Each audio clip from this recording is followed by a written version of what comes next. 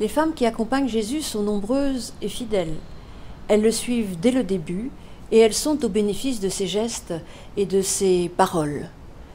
Elles ont vu au loin l'agonie sur la croix et l'instant de sa mort.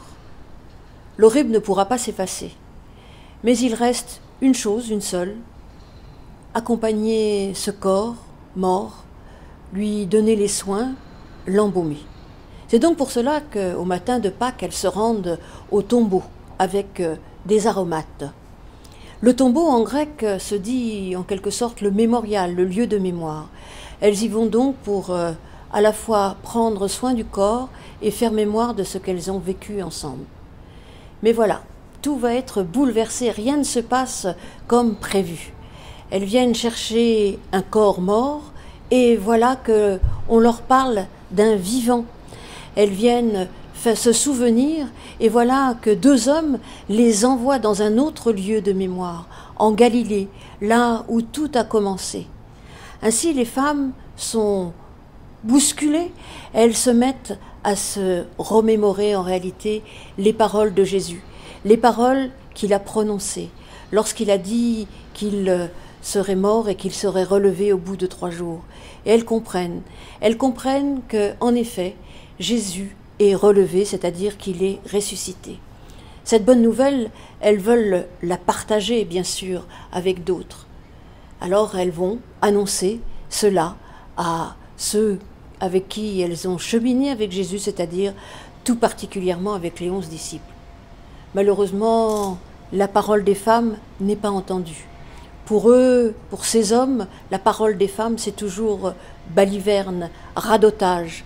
Alors, oui, c'est par ces paroles, par la vulnérabilité de la parole que Dieu s'exprime à nous. On peut s'interroger sur le pourquoi.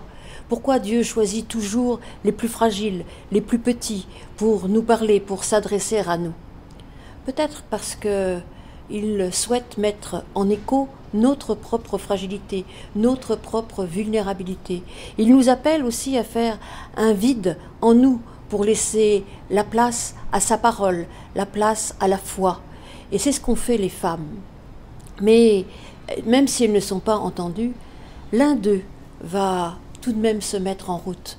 Malgré la fragilité, Pierre se met en route et va lui-même constater ce qui se passe et il voit le tombeau vide. Pierre s'est mis en route, c'est quelque chose d'important, peut-être aussi que la fragilité de la parole qui nous est annoncée nous invite à nous mettre en route, chacun à notre manière, à faire notre propre expérience. Parce que la foi, c'est cela. Personne ne peut rencontrer Dieu de la même manière. Ainsi, si les autres témoignent, c'est à chacun et à chacune de rencontrer Dieu particulièrement dans sa vie. C'est ce que Pierre a vu. Et qu'est-ce que Pierre a vu? Comme les femmes, un tombeau vide.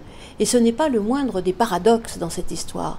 C'est que la résurrection, la bonne nouvelle, la venue de Jésus, le fait qu'il soit à nouveau vivant, pleinement vivant, se dit non pas à partir d'une apparition, mais à partir d'un vide, d'un manque. Et cela, c'est quelque chose qui doit nous travailler. Faire le vide, accepter de faire le vide en nous, c'est-à-dire de virer en réalité tout ce qu'il y a à l'intérieur de nous, toutes ces forces de mort qui nous empêchent d'avancer. Le tombeau vide du Christ nous invite aussi à faire de la place en nous pour accueillir sa parole, faire le vide. Et c'est certainement parce que nous sommes en manque que nous pouvons accueillir cette parole qui nous met aussi en route. Et comme Jésus a été relevé, comme les femmes se relèvent pour annoncer la bonne nouvelle, eh bien nous aussi, à partir de ce travail où nous pouvons faire du vide en nous, eh bien nous sommes invités à nous relever et à aller annoncer avec cette promesse, eh bien la promesse unique que la mort sera toujours vaincue par la vie.